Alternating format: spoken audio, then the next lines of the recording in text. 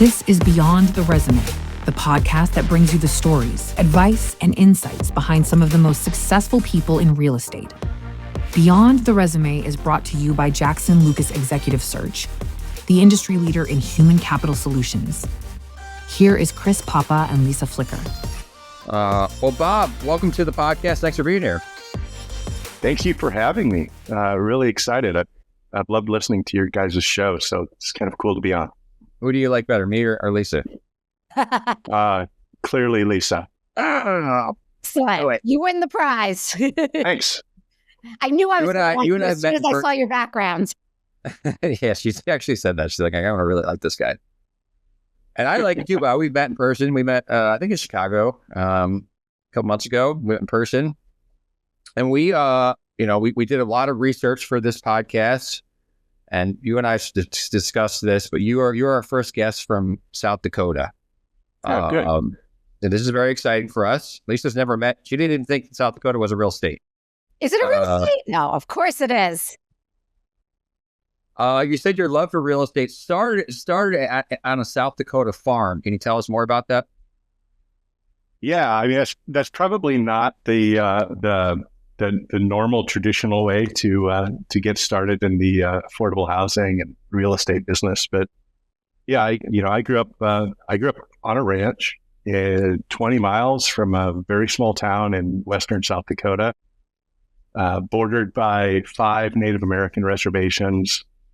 And it's just you could not think of a place that's farther away from a city. It's where I grew up. And so, coming from that background, I think one of the things that struck me, number one, is that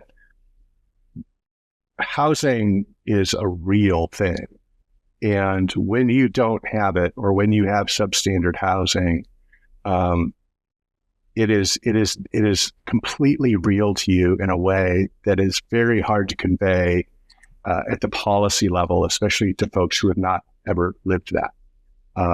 I went through a significant time in my life when I was experiencing a lot of poverty, and grew up in a place that was, always one of the most impoverished places in the United States.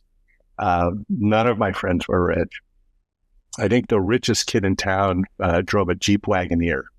It was pretty nice. And so, I always remembered as I was growing up and working my way out of poverty, so much of our life happens where we live. We spend more time in our homes, we breathe more air, we spend more money, we spend more on electricity and water in our homes than we will in any other building over the course of our lives. And so as I started starting with the policy side and then moving into the business side, for me, housing was really never about real estate. I love real estate. It's a math game.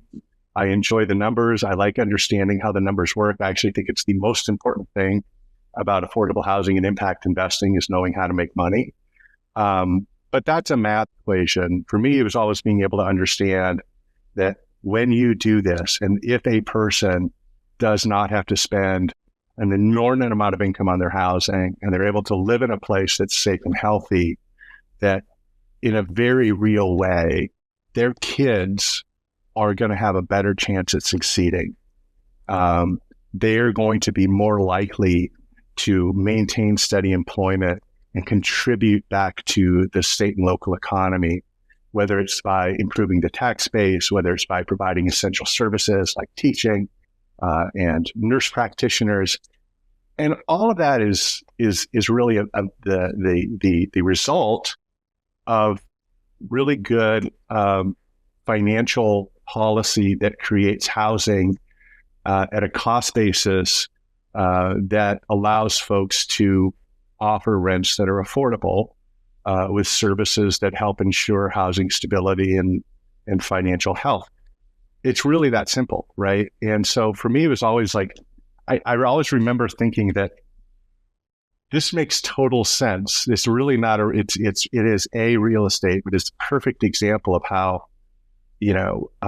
this just is a natural translation. So every time I think about impact investing, I think that the picture in the dictionary of an impact investment should be a multifamily housing, because it allows you to improve a person's life in several different ways. And with an investment in one property, you can do it for 100 different families, right? Mm-hmm. All at the same time. So that's really how I started. I think part of it started with the fact that I lived in a lot of substandard housing. I lived in a single family rental home where the kitchen floor was so slanted that I could only fill the sink up half wet. Otherwise it would run out. I lived in a tax credit unit, lived in a manufactured home. And then I've also lived in nice houses too. I mean, obviously now I'm at a point where we've realized home ownership and we've been able to benefit from the wealth building that comes from that. But it really does, it helps to understand that you have to make money, but you can do that and provide a stable home for a person and drive impact in a way that far exceeds any other investment, any other asset class that you'll ever make in your life. And I think that's cool. I love that. And I also think one of the pieces of what you said, which is the children, right? So I also grew up impoverished. And I think that there are a lot of programs that kind of led to me getting to where I am today. And, it's easy to forget and not be thankful for them. But I feel like that's like the biggest piece of it to me is how does it impact the children and what kind of things can you offer education wise and, bringing folks together. And I love that you do all of that. And we were reading about kind of your 5 questions that you ask yourself at the end of the day. And I'd love to talk a little bit about that because I think that kind of gets down to the heart of this. So tell us a little bit about your 5 questions. Well, it depends. It all depends, right? So it depends on my day. Sometimes I ask myself the easy questions. I think at the end of the day, I always think about a couple of things. I mean, number one is, did you do your job? And there are only 2 answers, right? It's yes or no. And I think no matter what profession we're in or where we are at our stage in our career, you have to be able to sit down at the end of the day and say, I did my job and I left it all out on the table. I tried as hard as I could and I did my job. It has to be yes. And there'll be days when it's no, but it should be yes. I think as it relates to the work that we do in this field, I always think about number one is, are we helping to facilitate more private capital to invest in properties that improve a person's life? So are we improving lives, right? That's question number one. I think the second question is, are we creating properties that are more sustainable and more resilient, right? The third question is, are we making money for investors? The only way you can achieve impact at scale is if you make money for investors and give them a financial reason to invest. Nobody does, we all care. Nobody invests significant amounts of money because they care. And they do because they have a fiduciary responsibility to their investors. And that's not a bad thing. That's a good thing, right? The fourth is we have to be able to prove it. And you have to be able to demonstrate that with data. And then the fifth question we always ask is, can we scale it, right? It's not enough to do one really complicated transaction with 17 layers of subsidy and all sorts of bells and whistles that will never get done again. We should be thinking about ways in which we can, I think the most impactful thing we can do in affordable housing is create a lot of housing and do it over and over and over, right? I would love to see an award given, not to the most complicated deal, but the most boring deal that can be replicated. I think that would be phenomenal. But those are the 5 questions. I mean, underlying it all for me, the fundamental question for me is did I do my job every day? And that's been true for me since I was a kid. Well, not a kid, but like just starting off. I had a really good mentor with my first boss who was always, it was very binary, like super nice guy, treated everyone well. Senator Tom Daschle. Yeah, he was a phenomenal guy. Still is. But it was always very much, there was you couldn't hedge at the end of the day. You did your job or you didn't. And if you didn't, own it and don't do it again, right? And I think for me, that's always been a really sound basis as I've gone through life. It's just being able to be hard on yourself, because no one is going to be as honest with you as you are. Yeah. Well, let's talk about, we'll start with where we are now, kind of then go to the beginning. Like, you're the president and CEO of Multifamily Impact Council, which is a well-known organization or council in the multifamily world. Like, I feel like everyone's a member of it, or a lot of people are. Can you tell us about it and how you formed it and what's the purpose behind it? Yeah, I mean, the Multifamily Impact Council, it's a nonprofit membership organization focused on increasing the flow of private capital to support affordable and sustainable housing in the United States. That is our mission. We only do that, right? So we're not a policy organization. We don't do, we have our membership. It consists of other membership organizations who do these things really well. We focus on how can we help bring more capital to support impact investing. We do it really through three ways.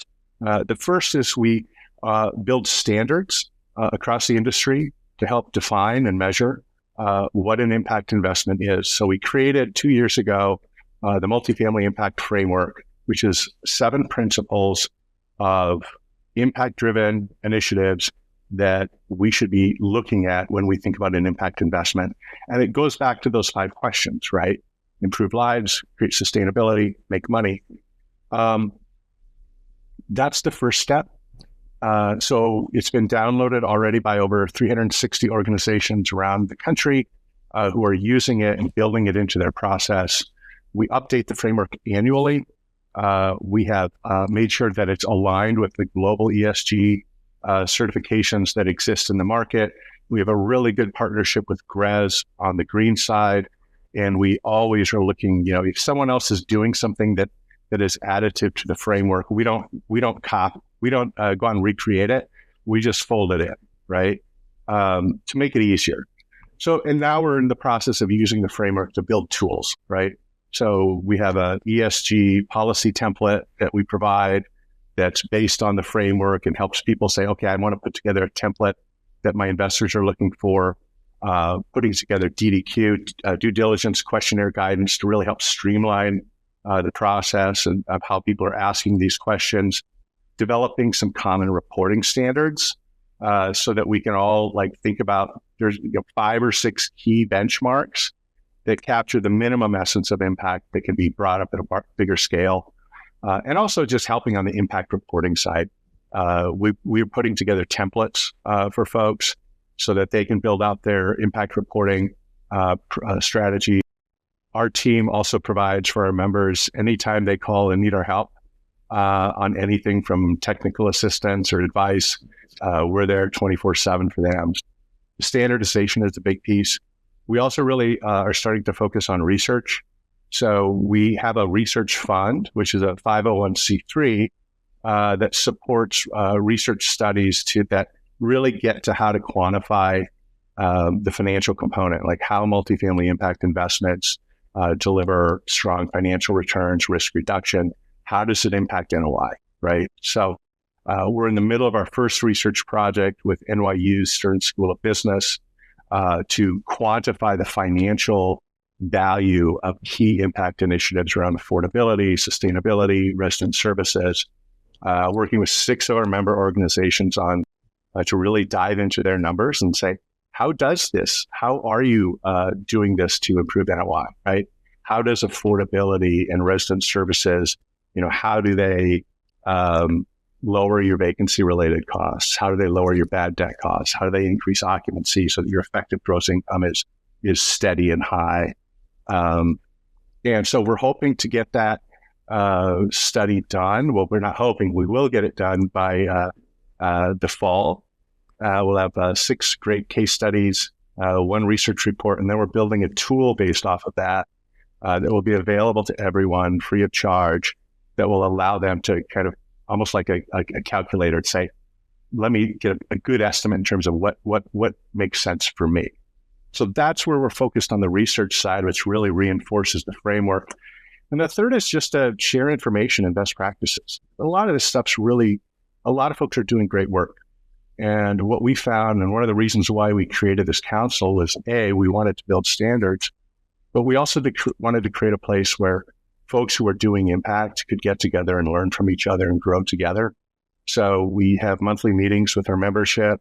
We have quarterly meetings that are open to everyone. We have a monthly newsletter and a weekly newsletter. And we spend a lot of time on the conference circuit and talking to folks and really hammering home. Our main thesis has never changed. And our thesis has always been healthy, financially stable renters create healthy, financially stable properties for investors. This is a impact investing for capitalists. And we think that you have to be able to demonstrate that you can do good, and you can help people make money. And you can say those two things in the same sentence, and it's not wrong. You just have to prove it. And you just have to make sure that you're being really credible to both ends of that equation. Love that, because I also feel like in the political climate that we're in right now, there's this feeling of like, I do good or I make money. And I feel like, I'm sure it's impacted even just the questions you ask yourself at the end of the day. But I love the idea of doing the best you can do while it's the best socially and financially. Yeah. And I think, we live in such a binary world where there is no room for nuance. And we intentionally ignore that. We always think about what will always be true, right, in any environment. And what will always be true is that in order to have a property that's stable, you have to make sure that your NOI is higher than your cost, right? Your debt service coverage has to be above 1. It better be above 1.2, right? And in order to do that, you want to make sure that the people who live in your property can afford to pay rent on time. And you want to make sure that the people who live in your property feel engaged and feel that property is a really good place to live, whether it's services, whether it's the way in which it's maintained. Then they'll pay rent on time. You want to make sure that you manage your utility bills just like we do in our own homes. So if you can reduce your energy costs or find a more stable source of energy, why wouldn't you do that? That's like the epitome of good fiduciary responsibilities. It also just happens to be good for people. And that will always be true. And so we always just focus on that. We don't deviate from it because it's always going to be true regardless of what the political environment is. And we just try to stay focused on that North Star, even though sometimes it's hard. Yeah. Bob, you tell us about how you got into real estate. Like you started working with Dashiell out of school, I imagine. Mm-hmm. You told us kind of where you grew up and how you grew up. Did that fuel interest in real estate, or how did you get exposure to it and then like kind of take your career?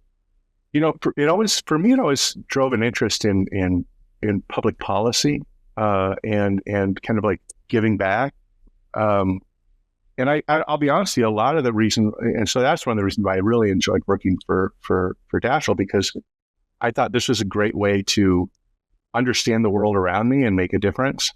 And then I ended up doing a lot of work, first on community development issues with Dashiell. I was his economic development director for a long time, and then got into housing policy and appropriations. What really got me interested in real estate was when we started figuring out ways to increase affordable housing on Native American reservations. And so that's really where I started my housing journey. We spent a lot of time on the Pine Ridge Reservation, the Rosebud Reservation, all of the reservations across South Dakota, just really sitting down. It's like, how can we help not only improve housing, but find ways to grow the economy? And that was a life-changing experience for me. I still have close friends, but my son's baptism blanket was made by a person who helped create the Pine Ridge housing nonprofit that's still in existence. And they're just wonderful people. But their ability to do things with less taught me a lot about the value of entrepreneurialism in housing, and also how well-meaning federal policies can have really unintended consequences that just make things harder. The time it takes to jump through hoops, or this idea that if you don't have all of these guardrails in place, somehow money's going to get wasted, or it's not going to be spent right because we're dealing with low-income housing. And my response has always been, have you seen the Pentagon budget? Right? Right. So for me, that's what I always realized. Like, these folks, they do a great job spending money. Of course, there's going to be something's going to go wrong. Of course, there's going to be a waste, but on the whole, they do a great job. So that's how we started. And then when I ended up at Fannie Mae, I actually raised my hand at a meeting once, and I asked our chief business officer why we weren't doing more to make investments in underserved and impoverished rural areas and Native American reservations. And I'll never forget, he said, I don't know. Let me get back to you on that. And then after the meeting, and I was like 7 levels below him in the organization. I was like 27 years old, too dumb to know any better. And he came up to me after the meeting and he said, that's a really good question. Can you write me like a memo on it? And I was like, sure. So I wrote him like a 3-page memo saying, here's all the things we aren't doing. Here's all the things we could be doing. And here's why it's a problem. And 3 weeks later, there's another town hall. And I didn't know any of this beforehand. And he starts talking about how we need to do more on Native American and rural areas. And he says, so I'm creating a new business unit to address this issue and work across all the different business units to put together a plan. And Bob Simpson's going to lead it. I had no idea. So that's how I started. And so we worked with we helped establish the very first dedicated Native American tax credit fund in the United States through Fannie Mae and Raymond James before the conservatorship came into place. We spent a lot of time, we did a ton of things around investing in a ton of impoverished rural areas, the Delta, Border Region, Alabama, Black Belt. And for me, that's kind of how I started. It's really a good place to start if you start in the real estate industry by doing things where there's a real scarce environment of resources. You see how entrepreneurial and how innovative people can be, and how cautious they are with their money. And that was really helpful. And then from there, gradually took on more responsibility within the multifamily affordable business writ large. Eventually took on their tax credit program.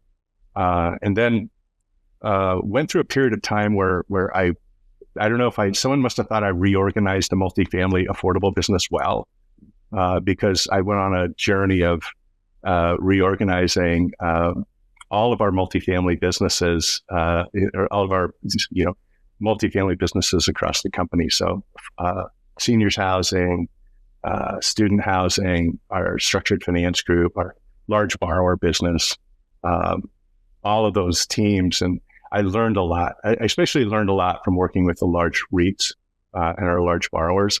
But I always wanted to come back to affordable. And so, what I always said to my boss was, I'll go do this, but I really all I want to be is the head of affordable housing. That's all I wanted to do.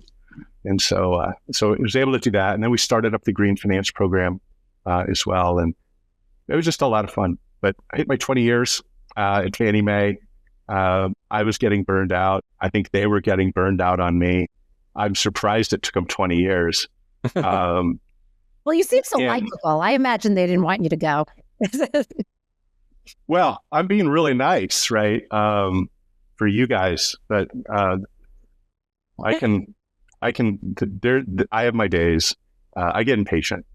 And I think that so we parted on great terms, took an early retirement, and then spent about 6 months just figuring things out and taking a lot of walks and enjoying life. And my son was in high school, so I really kind of got to to be a full-time parent, which I hadn't been, and then decided to start up in a consulting firm where I would take on clients and help them drive their impact strategies.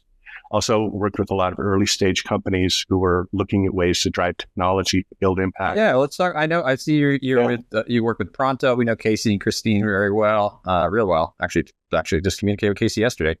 So yeah, what are you seeing? ULI, she's awesome. Awesome, yeah.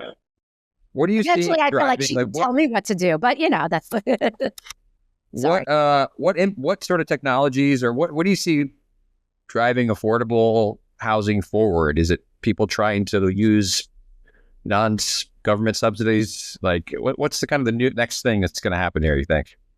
Yeah, I think there's a lot of room to grow on the technology side to make the process simpler and more cost effective, right? I mean, there is if you think about it from an affordable housing perspective or anything in multifamily, you are rent capped at some point, right? Whether it's just the market, income growth, or with your affordability restriction, there's no limitless opportunity to drive revenue. So managing your costs is a really key thing. And looking at a lot of these areas that are in the past have been very labor intensive or non-existent, right? That can benefit from a technology application, especially with all the things you're seeing in AI, to make these high volume processes more effective. I think there's a lot of value there. So I think the whole issue, I think there's a lot of great work being done about, rent processing, speed of getting the payments down. Obviously, reporting on time rents to the credit scores has been a huge thing and has been able to drive significant value back to properties at scale at a good price point, right? And I think that compliance and lease monitor and lease ups where Pronto works, that process is paper driven. It depends on the property. It's very labor intensive, and it adds a significant amount of time and cost to your operations. And so being able to streamline that with technology, I think is a phenomenal thing. I think there's a lot of room to grow in simple, boring things like utility lease ups, right? Signups. So when you rent an apartment and you have to sign up for your own utilities, that's a pain, right? But there's a lot of organizations right now who are really bridging that gap to make it super simple. And so if an apartment owner can offer that to renters, it's a great selling point, it's a great amenity. It also allows you to kind of get both purchasing power. It allows you to ensure that you can get, all sorts of savings on your utility side, but also make it easier for renters. I mean, if you are a working mom and you're barely making it on rent, and you have to spend 3 hours of your day signing up for utilities, right? We can make that, and we can do it cheaper and quicker. We should. I think same thing is true on applying for affordable properties. Why do we have to do it in person, right? Why do we have to do it between the hours of 9 and 5? That's just dumb. There's probably a better clinical term for that, but why not do it at night? Why not do it on, via an app like Pronto, right? So I think that's where I see a lot of growth, is just being able to take those inefficiencies out using technology. I think there's a lot of growth to be found on streamlining regulations and improving the speed by which we're able to get housing built. There's no reason in the world that it should take a year and a half or 2 years to get a HUD Section 221D4 loan approved. There's no way. You see similar transactions at Fannie and Freddie are done in 180 days, right? Bond deals. Bond deals do take time, but they should not take a year and a half. We have 5 million renters on waiting lists to get into affordable housing today. And so we can do better. And I think we can streamline that process. I think there's ways in which we can think about state and local regulations that continue to protect consumers, that continue to support environmental measures that make sense from a bottom line perspective, but we can do it quicker. We can make it more simple. And we can also streamline the way in which we get units built. I mean, it takes you 3 or 4 years to get through the application or the approval process and permitting in California. And a lot of it's just people using the legal system to not want to build homes in their neighborhood. And, I think we all need to understand that affordable housing benefits everyone. Right. And that we can streamline that too. So I think those are the 2 areas where I think we can make a lot of progress. Obviously, there's, the cost of materials, the cost of construction, labor costs, all of those things continue to factor into it. But if we focus on what we can control, I think we can make a big deal of difference. And also continue to say, look, if it does make sense to provide resident services as a way to increase stability, and it does have an impact on your vacancy related costs, we should be encouraging that as an investment community, right? I'm not saying we should require it. I'm not saying we should create a program around it. I'm saying, look, as an investor, you should know that this is what you get when you do it, and this is what you get when you don't. Now you choose, right? Right. Bob, it feels like we need you in the federal government. Yeah. Well, I was there, right? That was like 30 years ago. We need you I'm back. I'm glad No, we have I don't people think like so. you thinking about these and tackling these problems. But unfortunately, Bob, you look very comfortable at home, very warm, cozy, but you're just entered the hot seat.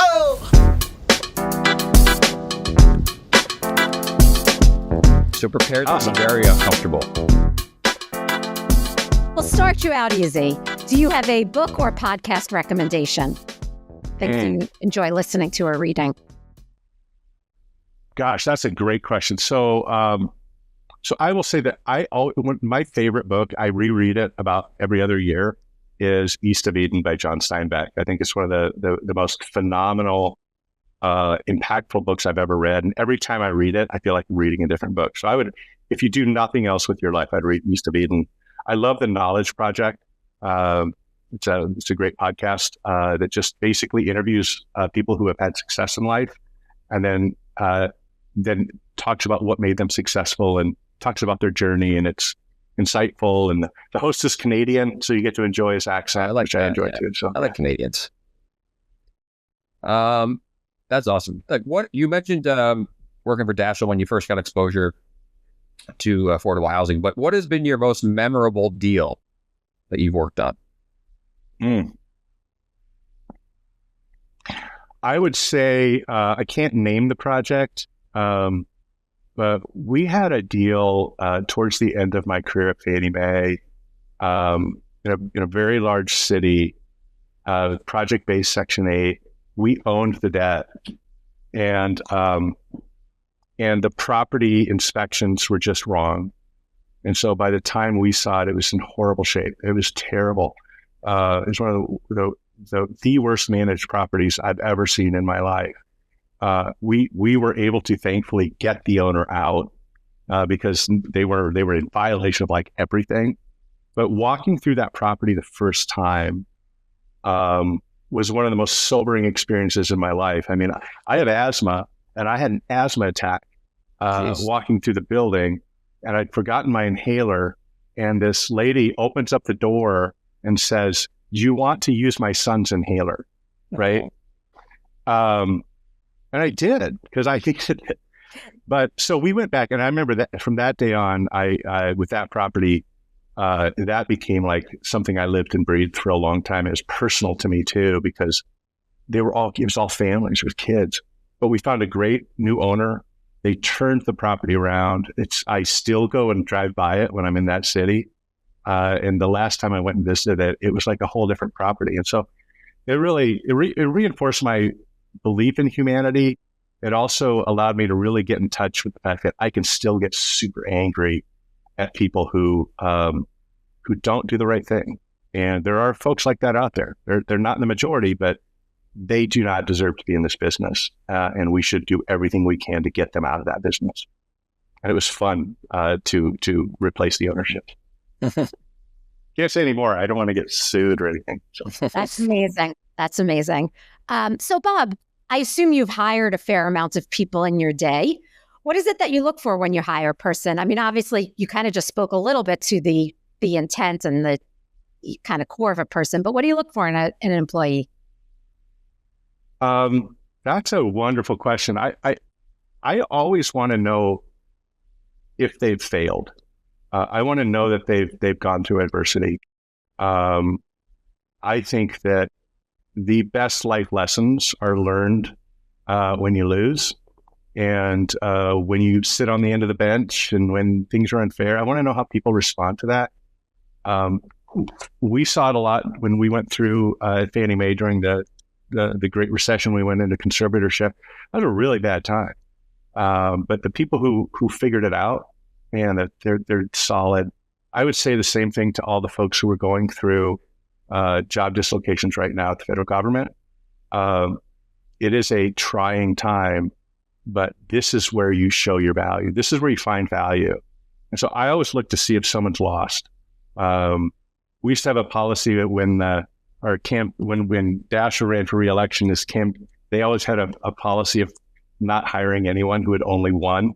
And I think that's a really good approach. Is I want to know what happened when life just beat the crap out of you, and what did you learn from it? Yeah, that's awesome. And you mentioned Tom Dassel being a mentor, and just like housing, we don't build our careers alone and our lives alone. If you want to name some other mentors that have helped you along the way? Yeah, I mean, I always go back to the two mentors who really helped me on the housing side. One was Ken Bacon, used to be the executive vice president at Fannie Mae, now doing his own thing. Ken was one of those people who was very thoughtful, insightful, really helped me, always challenged me to think like a business person. I thought, and really understood the value of relationships. Ken, to me, was one of the most impactful mentors that I had in my career. And the second is a guy who used to be one of my clients when I was at Fannie, a guy named Jeff Brodsky, who is the vice chairman of Related Companies. And to this day, he is still, I don't know if he knows this or not, but he is one of my mentors as well. He's one of those people that will always cuts to the heart of what's real. Has no problem telling me when I've got a dumb idea, and it just brings heart and a sense of financial awareness that I think is unparalleled. And so I love his approach. So those two guys have always been really helpful for me. I've been blessed. Those are great mentors. Yeah. Well, Lisa's my mentor. She knows. Chris is my mentor, so it works perfectly. Wow, that's a good relationship. Shocking, yeah. Well, Bob, it was great to meet you in person. It's great to learn more about your career here, and thank you for everything you're doing with the Multifamily Impact Council. And we hope to see you at ULI in Denver. Will you be there? I look forward to seeing you guys there. Yeah, it should be fun. Oh. And thank you all for doing this. This is I love the work you do. We need more people talking about affordable housing. Thank you for listening to Beyond the Resume, a Jackson Lucas podcast where we take a deep dive into the career journeys of some of the top minds in real estate and equip you with the knowledge to move forward in your path towards the success you've envisioned. Make sure to like, share, and subscribe to Beyond the Resume. We're grateful for your support. All episodes of Beyond the Resume are brought to you by Jackson Lucas, building inclusive and diverse businesses through talent acquisition. Visit us at jacksonlucas.com.